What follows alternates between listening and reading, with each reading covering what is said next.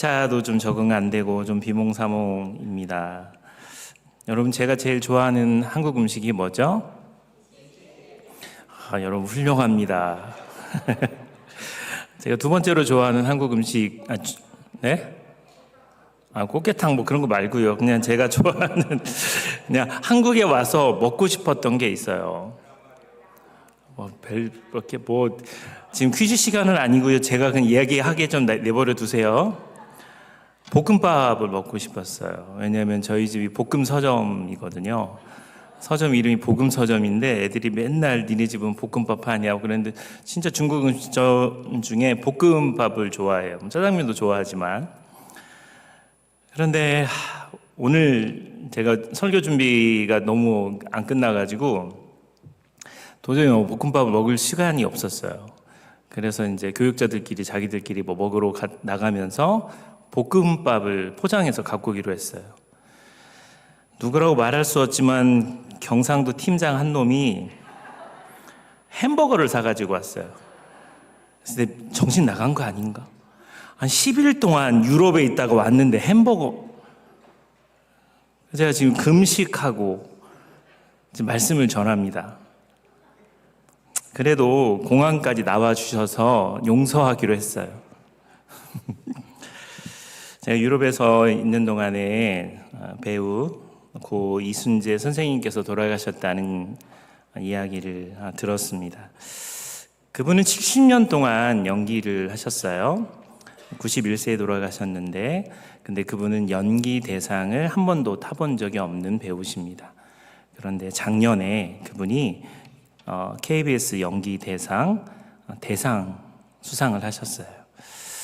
최고령의 그 대상 수상자, 그 국민 배우의 마지막 수상 소감을 함께 들으면서 오늘 말씀을 한번 설교로 들어가도록 하겠습니다. 영상 틀어주시죠. 오늘 살다 보니까 이런 날이네.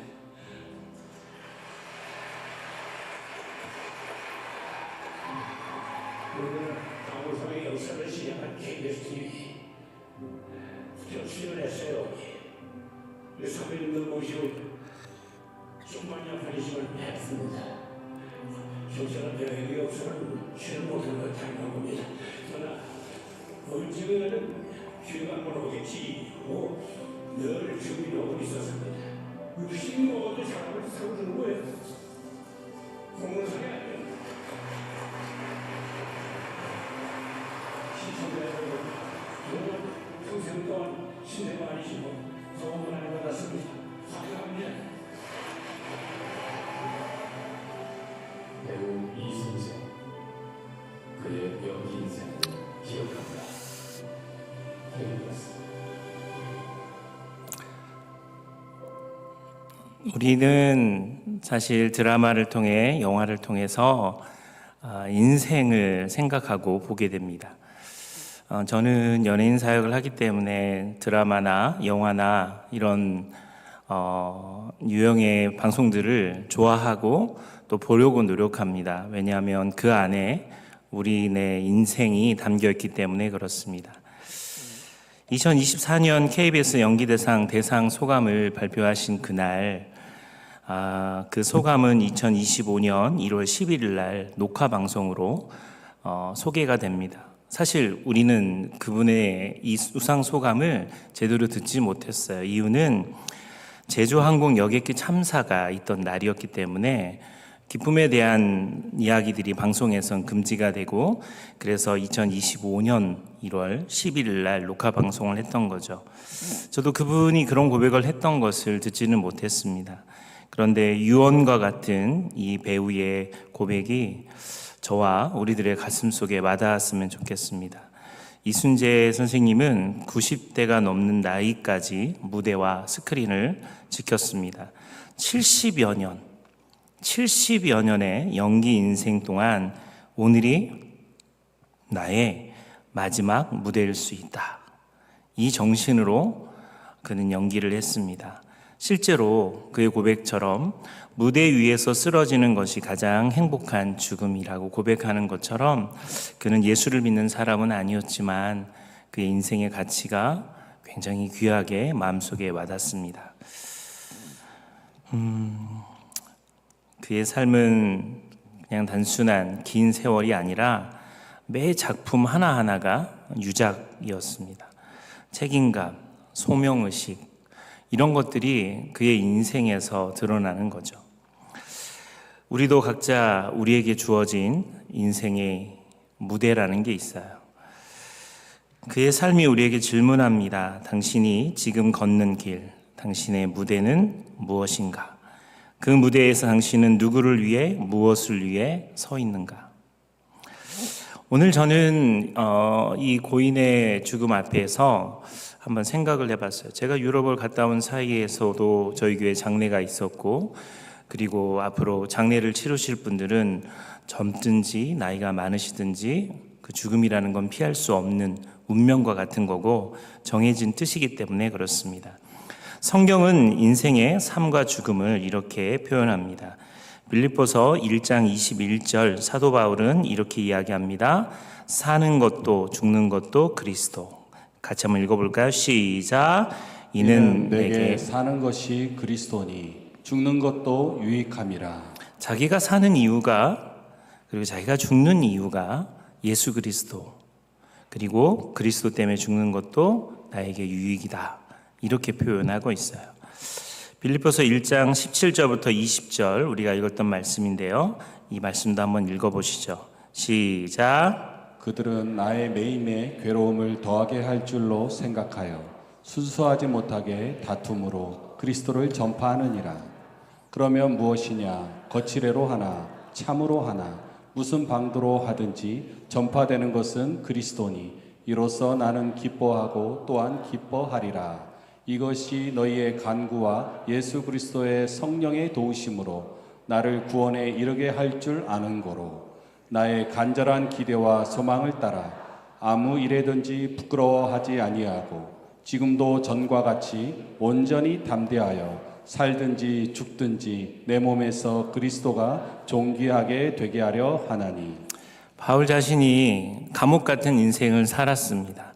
예수를 믿고 난 다음에, 하나님을 만나고 난 다음에 그의 인생은 감옥 같은 인생이었어요. 그리고 빌립보서를 적을 때는 실제로 감옥에 머물러 있었죠. 그리스도가 전파되는 것이 기쁨이다. 이게 바울이 표현했던, 방금 읽었던 말씀의 핵심입니다. 전파되는 방식은 거칠애든 진심이든 상관없이 그리스도가 전해지는 것이 중요하다고 그는 강조합니다. 또한 자신을 위해 기도하는 빌립보 교인들의 기도와 관심이 성령의 도우심으로 지금의 자신의 삶을 구원했다라고 표현합니다. 어떠한 상황에서도 그리스도가 자신의 삶에서 존귀하게 되기를 바라는 한 위대한 인생을 살았던 사도 바울의 고백이 또다시 우리에게 마음속에 찾아옵니다. 마지막으로 그가 사는 것이 그리스도, 죽는 것도 그리스도 때문에 유익하다, 이렇게 표현했던 것처럼 여러분 각자의 삶의 의미와 목적이 예수 그리스도 안에 있기를 주님의 이름으로 축원합니다. 특별히 유럽에서 공부하는 유학생들을 만나고 왔어요. 저를 가이드했던 우리 최영환 대표님이 프랑스 파리까지 가서 에펠탑을 안 보여줬어요. 미친 거 아니?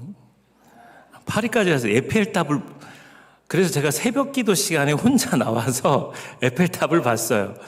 여러분, 새벽에 에펠탑은 하나도 멋있지 않아요. 조명도 안 켜져요. 그러니까 이번에 가서 만났던 그 유럽의 유학생들은 미국에서 공부하는, 이게 좀 오해가 있을 수 있는 말이지만 조심스러운 게, 미국에서 유학생활하는 친구들은 그래도 좀 돈이 좀 있는 친구들이 미국으로 갑니다. 유럽은 좀 가난한 친구들이 학비도 대주고 이것저것 조건이 좋은 유럽으로 가는 거죠. 그래서 사람들은 미국에 가서 공부하고 싶은 열망과 마음이 있어요. 실제로 유럽에 와서 공부하는 이 친구들도 마음속에는 미국 가고 싶었는데 집안 형편이 안 좋아서 독일에 왔어요 라고 하는 친구들이 꽤 많이 있더라고요. 가난하고 그 안에 정착해 살아가는 그 친구들의 삶의 모습이 힘겨워 보였지만 그럼에도 삶의 이유를 찾아서 그 일들을 살아갑니다.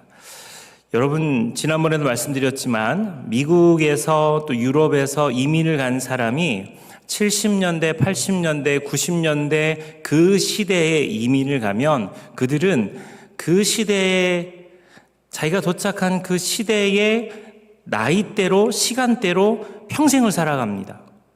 70년대 가신 분들은 70년대 사고방식으로 미국 생활을 해요. 옛날 사람들은 우울증이 없었어요. 옛날 사람들은 공황장애가 없었어요. 옛날에는 번아웃이란 말이 없었어요. 그래서 옛날 사람들은 아프지 않았나요? 아니요. 틀린 말입니다. 당시에는 우울증, 조증, 조울증, 번아웃 이런 단어가 없었을 뿐이지 옛날 고생했던 사람들은 그들의 인생에 공황장애가 왔다가 갔는지도 모르고 살았어요. 그리고 자기가 얼마나 우울한지 모르고 살았어요. 분명히 스쳐 지나간 거예요. 분명히 아프고 또 아프고 아팠어요. 그래서 어쩌면 세월이 지나서 지금 그런 증상들이 나올 수도 있어요. 그런데 옛날에는 그런 거 없었어. 옛날에는 그런 거 없었어. 이렇게 말하는 사람은 잘못된 말입니다. 옛날에 분명히 그런 게 있었어요. 그러나 차이가 있는데 영화 국제시장이라는 영화가 있습니다. 그 영화는 제가 참 좋아하는 영화이기도 합니다. 황정민 씨가 덕수라고 하는 인물을 연기해요. 제가 부산에 가면 그냥 이 국제시장, 이 가게를 한 번은 찍고 옵니다. 저 그 영화를 너무 잘 봤거든요. 너무 감동스럽게 봤거든요. 그 국제시장 그 상점 주인은, 실제 주인은 관광객들이 오는 걸 싫어해요. 전 사지도 않고 그 앞에서 사진만 찍고 가니까 싫어하는데, 이 영화 국제시장은 1950년대 한국 전쟁 이후부터 현대에 이르기까지 스토리를 담고 있어요. 제가 언젠가 한번 말씀드렸지만 남부전원교회 성도들은 금방 잊어버려요. 그래서 너무 목회하기 편한 교회예요. 기억 안 나시죠? 안 나요? 예라고 하는 대답이 나옵니까 지금? 한국 사회, 가족의 이야기를 다룹니다. 주인공인 덕수는 어린 시절 부모님을 잃고 그 가족을 지키기 위해서 고군분투합니다. 안 해본 일이 없이 그 생계를 위해서 부산에 있는 국제시장이라고 하는 곳에서 다양한 일을 하면서 성장하게 되는 거죠. 근데 영화는 이 덕수라고 하는 인물이 나이가 먹으면 먹을수록, 어른이 돼가면 돼갈수록, 할아버지가 돼가면 돼갈수록 가족을 위해서 헌신했는데 가족들과 갈등이 많은 것을 볼 수 있어요. 결혼도 하고 아이도 낳고 역사적 사건, 개인적 고난들을 겪으면서 이 가족 관계에 갈등이 생깁니다. 아주 융통성이 없는 노인, 아주 융통성이 없는 할아버지, 그 모습이 딱 주인공의 모습인 거죠. 그런데 한국전쟁 이후에 이 대한민국의 성장과 회복, 그 모든 것들도 감동이 되지만 이 한 사람의 인생이 굉장히 큰 의미가 있는 것은 옛 세대가 지금보다 덜 무뎌서, 마음이 무뎌서 우울증도 없고 아프지도 않고 고난도 없고 번아웃도 없었던 게 아니라는 것을 설명합니다. 그들은 우울할 시간이 없었어요. 번아웃 될 시간이 없었어요. 그들의 삶의 목적이 분명했기 때문에 그래요. 국제시장의 덕수는 하루하루 살기 위해 몸부림칩니다. 그리고 그가 영화상에서 굉장히 많이 하는 말이 있는데, 가족 먹여 살려야 한다는 딱 한 가지 목적, 삶의 의미를 가지고 삶은 힘겨웠지만 무너질 시간이 없는 거예요. 무너질 틈이 없어요. 지켜야 될 사람이 있으니까. 옛 세대가 지금보다 덜 무너졌던 게 아니고, 무너지고 싶어도 내가 지켜야 될, 내가 버텨야 될 이유가 분명하니까 그 삶의 이유를 따라서 버티고 살아가고 또 살아가는 거예요. 그래서 강인하게 살아가는 겁니다. 지금의 여러분의 모습은 어떻습니까? 이제 좀 느슨해지지 않았어요? 버텨야 될 이유가 흔들리진 않아요? 이 정도 키웠으면 됐어. 알아서 하겠지. 근데 옛날 부모님들은 그러지 않았어요. 무뚝뚝한 것처럼 보여도 먹여 살리려고 애쓰고 노력했어요. 정말 그 추위 속에서도, 그 배고픔 속에서도 먹여 살렸어요. 그 정신이 그들에게 있었어요. 그들의 삶의 이유는 목표가 분명히 있기 때문에 그렇습니다. 또한 폭삭 속았수다라는 드라마 한번 이 장면 참 감동적인 장면인데, 여기 애순이가, 아이유가 연기하는 예순이가 이 두 할아버지, 주인집 할아버지 할머니한테 와가지고 투덜대는 장면이에요. 이게 뭐냐면, 분명히 쌀이 떨어졌는데 왜 쌀이 있냐 이거예요. 근데 여기 이 할머니가 쌀떡, 옛날에 그 항아리 있잖아요. 뚜껑 열어서 항아리.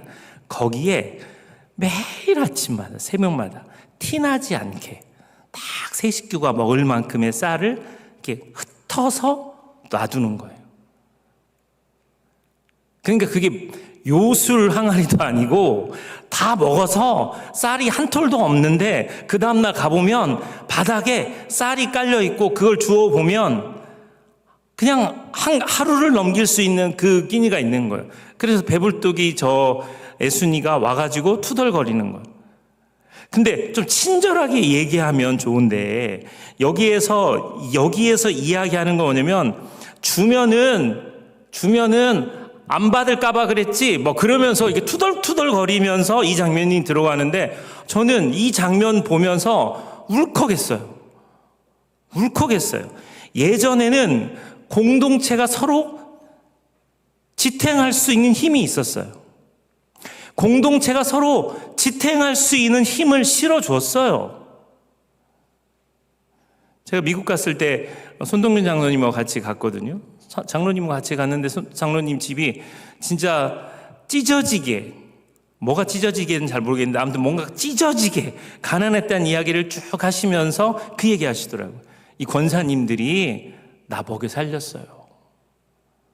권사님들이 김치 갖다 주고 쌀 갖다 주고 뭐 하라고 돈 주고 염소젓 먹여주고 그 얘기를 하시는데, 사실 그때 그 시절에는 공동체가 그 역할을 했어요.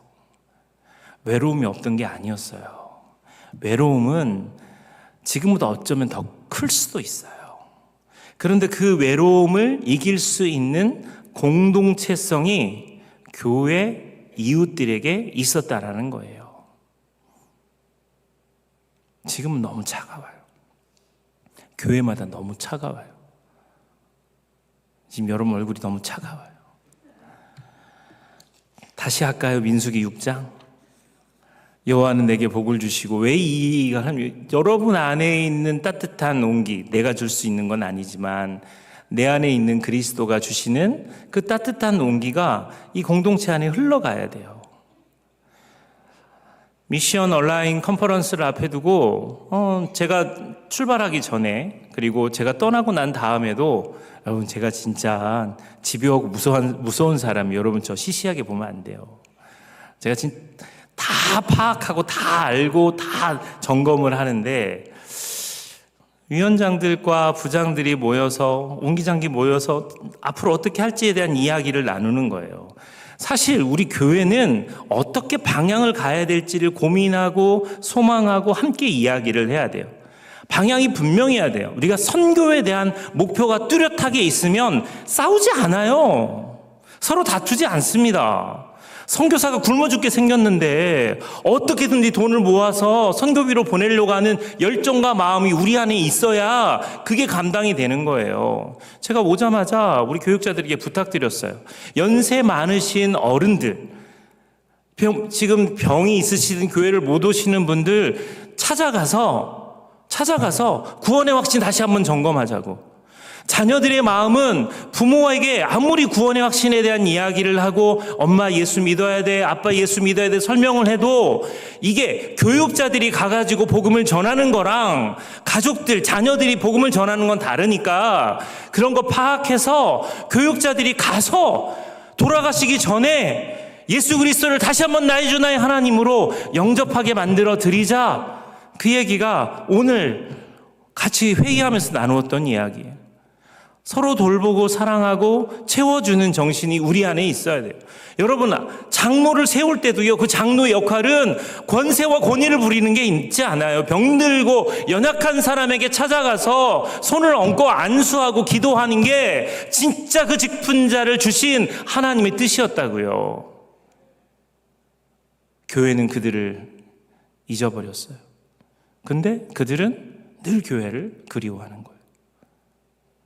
이게 어른들 세대는 꼭 그게 온다고요. 그래서 옛날을 추억해요. 옛날에 바자회 했던 거, 옛날에 김치 담궜던 거, 그 시절 참 좋았지. 힘들었는데. 권사님들 웃으시네요. 오늘 김장 한번. 그 당시에는 그런 추억이라도 있었죠. 언제 그렇게 모이냐고요.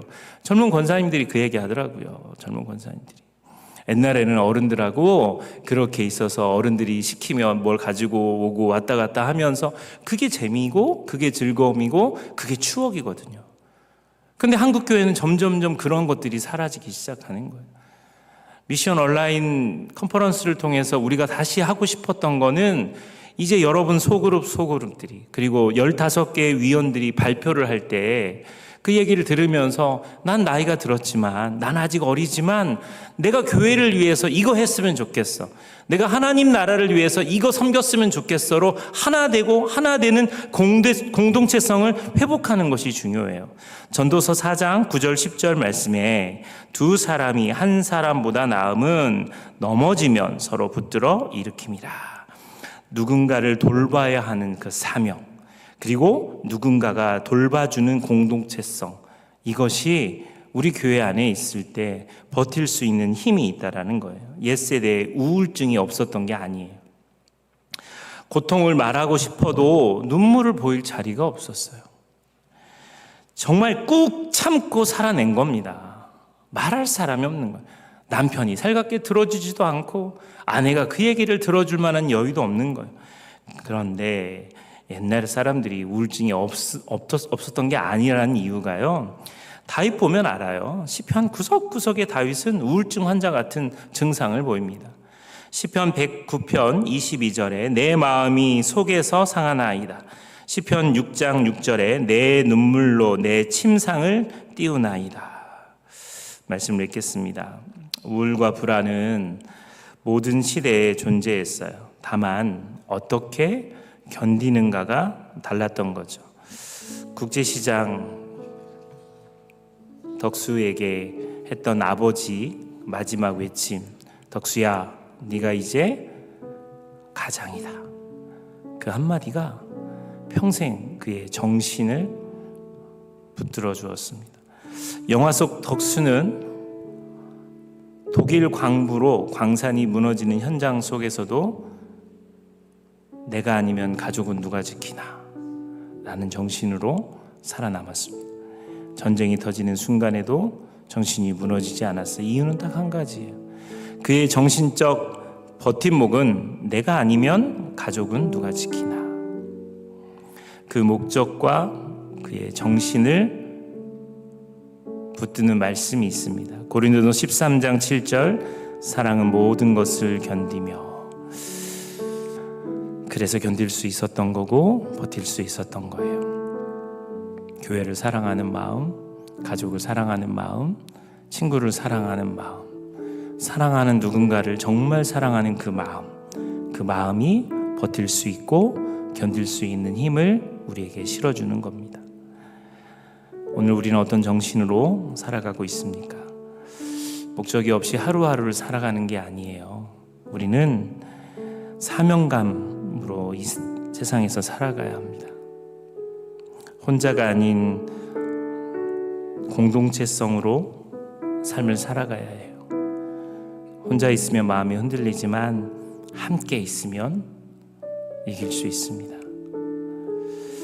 평생 동안 신세에 많이 지셨다는 이순재 선생님의 마지막 유언 같은 그 말씀이 저는 이렇게 찬송가 중에 한 구절이 떠오릅니다. 내 모든 형편 잘 아는 주님, 우리의 인생은, 내 영혼은 우리 주님 때문에 안전한 거예요.